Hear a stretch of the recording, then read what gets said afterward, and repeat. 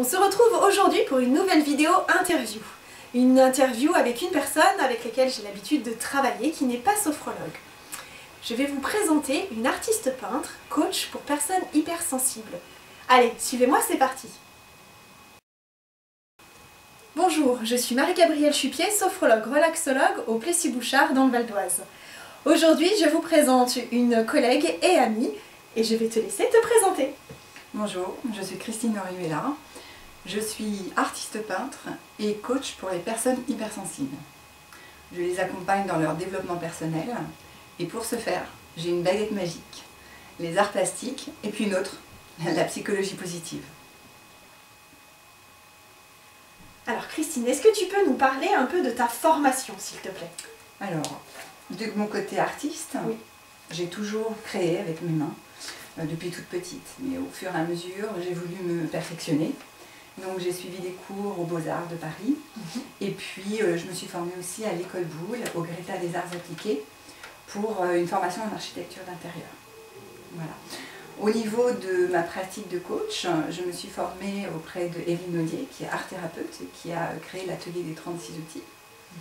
Je me suis également penchée sur la pédagogie positive auprès d'Isabelle Payot. Et puis, pour couronner le tout, j'avais une grande soif de connaissances au niveau des neurosciences, ces sciences qui nous permettent d'en savoir plus sur le fonctionnement du cerveau humain. Et là, j'ai suivi les enseignements de Gervais Sirois et Sylvie Dubé, qui sont deux spécialistes de la pédagogie au Canada.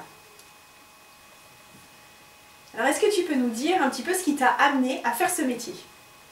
Oh, c'est une longue histoire, hein. Il faudrait toute une journée pour que je te la raconte. Alors, on la fait courte? On va la faire courte. Le maître mot, c'est l'empêchement. L'empêchement, j'ai vécu ça toute ma vie. J'ai été empêchée d'être moi-même. Et j'accompagne aujourd'hui les gens qui se sentent empêchés. C'est le sens que je donne à mon métier, qui est devenu vraiment le sens de ma vie. Donc il faudrait toute une journée pour que je vous explique tout ce qui m'a amené à faire cela.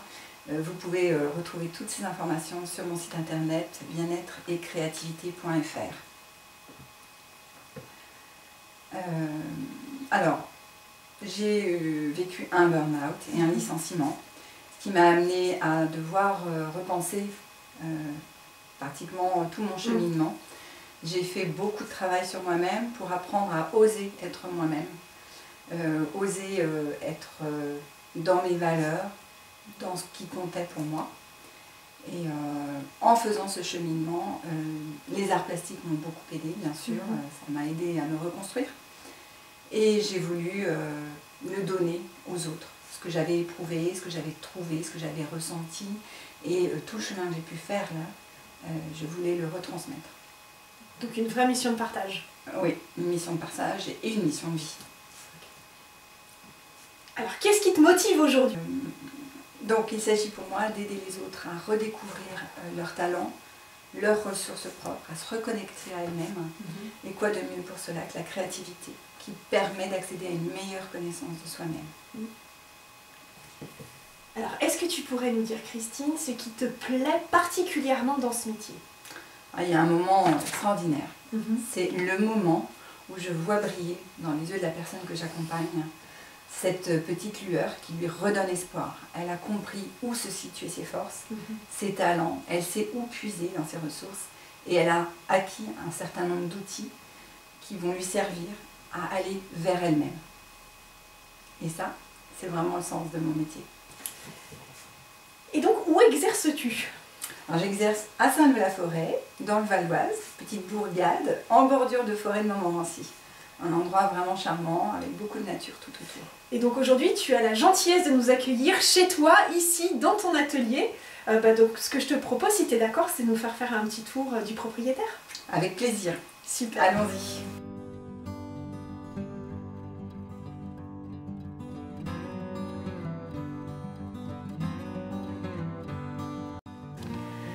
Alors vas-y, fais-nous faire un petit tour de ton atelier.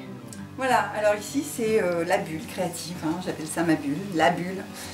Voilà, il y a plein de choses, plein de matériel. Hein. Ici on est en mode vacances, donc c'est encore un petit peu fouillis. Hein. Il va y avoir du redressement dans l'air bientôt. Ici on a plusieurs sièges qui nous permettent d'être très modulable en fonction du nombre de personnes, mais jamais plus de 6. Ici, on affiche ce qui est produit. Là, c'est un projet qui est en cours. Je vous en dirai plus bientôt. Ici, le lavabo, l'évier, la partie où on essaye de laver les pinceaux. Voilà. Ici, tout un meuble consacré soit à des revues, des livres, de la documentation. Beaucoup de revues pour les ateliers collage nécessaires. Je vous ouvre un petit peu les portes. Allez, vas-y, on est curieux. Voilà, des cols, des tables, des assiettes. Et là, on est dans les peintures jusqu'en bas. Ici, ce sont les outils de toutes sortes. Alors, des cols, des pinceaux de toutes sortes. En dessous, on a des encres, des craies. Et encore des outils, enfin bon, je vous dis pas tout. La caverne d'Ali Baba. C'est la caverne d'Ali Baba, il y en a un petit peu à droite à gauche. Ici c'est l'espace petite pause. On fait toujours une pause dans les ateliers.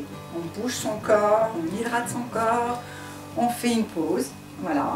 Ici vous avez les horaires, les stages, des petites notifications d'événements. Voilà. Et puis au centre, que vous ne voyez pas avec la caméra, c'est la table, également modulable. Voilà, qui peut grandir ou créer des besoins. Voilà, en art classique, on a besoin de beaucoup d'espace. Beaucoup, beaucoup. Voilà, j'espère que ça vous a plu. J'espère vous retrouver très bientôt. Alors maintenant qu'on a vu un petit peu où tu travaillais, est-ce que tu pourrais nous expliquer comment se déroulent tes ateliers, tes stages? Voilà, comment ça se passe? Alors il y a un préalable qui est important pour moi, c'est que je rencontre les personnes avant même qu'elles s'inscrivent. C'est important pour moi de leur montrer le lieu, de leur faire partager tout ce qui se passe ici, et puis de rentrer en connexion avec elles dès maintenant, dès la première rencontre. Mais ça n'est pas le moment où on va faire quelque chose ensemble, c'est juste une prise de connaissance mutuelle. Ensuite, que ce soit un programme, un stage ou un atelier artistique, il y a toujours une partie où on se reconnecte à soi, où on s'apaise, on essaye de limiter les bavardages de notre mental pour rentrer dans la pratique artistique et la connaissance de ce qu'on va faire. Voilà, c'est un beau préalable pour se connecter à soi. Et ensuite, on y va, on fonce, on crée. Et après c'est parti. Et c'est parti. Après il y a aussi à la fin de la séance un petit moment où on exprime, si on le souhaite, c'est toujours facultatif, ce qu'on a ressenti, ce qu'on a découvert sur la séance, sur soi, sur la pratique. Un temps d'échange en fait. C'est un temps d'échange, c'est un moment où la personne exprime ou pas. Parce que un moment où on peut poser des mots sur ce qu'on a vécu, sur ce qui a été fait. Exactement, exactement. Parfois il y a de sacrées découvertes sur soi. Encore un petit lien avec la sophrologie. Hein. Tout à fait. Nous, à la fin de la séance aussi, on va poser des mots. D'où l'intérêt de faire des ateliers communs. On va en parler un petit peu plus tard. Ouais. Et est-ce que tu peux expliquer un petit peu comment nous, on s'est rencontrés, comment on est arrivés à travailler ensemble? Oui, je crois bien me souvenir que je cherchais des gens avec qui développer des partenariats, et notamment la sophrologie, qui pour moi est une des disciplines qui permet de se reconnecter à soi. Et donc j'ai cherché sur internet, et puis surtout autour de chez moi. C'est important de rester autour, parce que j'aime beaucoup tout ce qui est local. Et donc j'ai été découverte sur Messenger. Je t'ai contacté, et puis on a décidé que finalement ce serait pas mal de se rencontrer.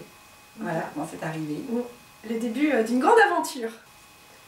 Et donc à la suite de cette rencontre, nous avons décidé d'organiser des ateliers communs, un atelier de peinture intuitive sophrologie. Donc on va vous expliquer un petit peu comment se déroule cet atelier, comment ça fonctionne. Donc sur une première partie, on va avoir une séance de sophrologie, et puis sur la deuxième partie, on va être plus dans l'intuition et dans la création. Est-ce que tu peux nous en dire un petit peu plus? Ben oui. Pour accéder à cette partie intuitive de nous, on ne le fait pas juste en arrivant, en déposant son sac et en se mettant à travailler. On a besoin d'un temps, j'irais un sas de décompression, un sas où on va poser les choses, on va s'apaiser, on va rentrer dans un esprit ou un état d'esprit relaxé grâce à la sophrologisation, c'est ça qu'on dit? C'est ça. Voilà. Et ensuite, cet état-là va permettre d'accéder à une partie de nous-mêmes alors en conscience ou en inconscience, la limite n'est pas toujours très franche, mais ce qui est intéressant, c'est que ça donne des résultats extraordinaires. On n'a pas été déçus, hein, non, pas du tout. Ce qui a été produit, ça a été de véritables pépites, mais pépites pas forcément esthétiques, hein. Moi c'est ce que j'explique dans les ateliers, on n'est pas là pour produire forcément quelque chose d'esthétique, même si ça peut l'être, hein, tout à fait. Mais le but, c'est le cheminement, c'est ce qui nous amène à produire ça. Et souvent, lorsqu'on est dans l'intuition, on produit des choses dont on n'avait justement pas conscience. En fait, dans le processus de cet atelier, on va utiliser la sophrologie comme levier pour faire sauter les cadenas et permettre d'aller peut-être un petit peu plus loin que s'il y avait eu juste l'atelier de peinture tout seul. Voilà. Cette reconnexion est favorisée par cette mise en condition, hein. C'est une petite préparation mentale et physique. Hein. Oui, un petit peu. Il y a les deux. Il y a les deux. Petit peu. Oui. Mais voilà, donc des productions extraordinaires, mais on ne vous en dit pas plus parce que ça, c'est de l'ordre de l'intime. Et ça ne va le rester. Voilà, donc on arrive à la fin de cette interview. Et puis je vais te poser ma petite question bonus que je pose à toutes les personnes avec qui je partage ce moment, qui est, est-ce que tu voudrais bien nous partager ton petit rituel du matin ? Mon rituel du matin. Alors, j'aime beaucoup me réveiller naturellement. C'est-à-dire que je ne suis pas dans le noir complet, donc je perçois la lumière du jour. Donc je me réveille le plus naturellement possible avec la lumière du jour, bien sûr. Si je n'ai pas un rendez-vous important dans la matinée, des bonheurs. Et puis, j'ai pris l'habitude aussi de prendre un grand verre d'eau que je bois en conscience, lentement. Je réhydrate mon corps, je reprends le lien avec la réalité. Et puis ensuite, je me prépare un bon petit-déj avec des fruits frais, un thé vert, et puis de temps en temps quand même une bonne tartine de beurre avec du miel, voilà. Et puis je suis prête à entamer ma journée, mais avant, j'essaye d'avoir au moins un moment avec la pratique de la cohérence cardiaque. Dans l'idéal, j'aimerais bien faire une séance de méditation, mais ça c'est plus compliqué. Je le fais quand j'ai un peu plus de temps. Oui, voilà, c'est plus un problème de temps. Mais du coup, il y a quand même un exercice de cohérence cardiaque tous les matins avant de commencer la journée. C'est important. C'est un petit peu ton secret pour affronter. Voilà, pour commencer déjà zen. Super. Écoute, merci beaucoup Christine pour cet échange. Et puis écoutez, je vous propose, si vous êtes curieux, d'aller voir le site de Christine. N'hésitez pas à commenter, à nous donner vos avis, à poser vos questions. Et puis on espère vous voir très prochainement dans un de nos ateliers. Merci Marie-Gabrielle. Merci, à bientôt. Ciao, au revoir.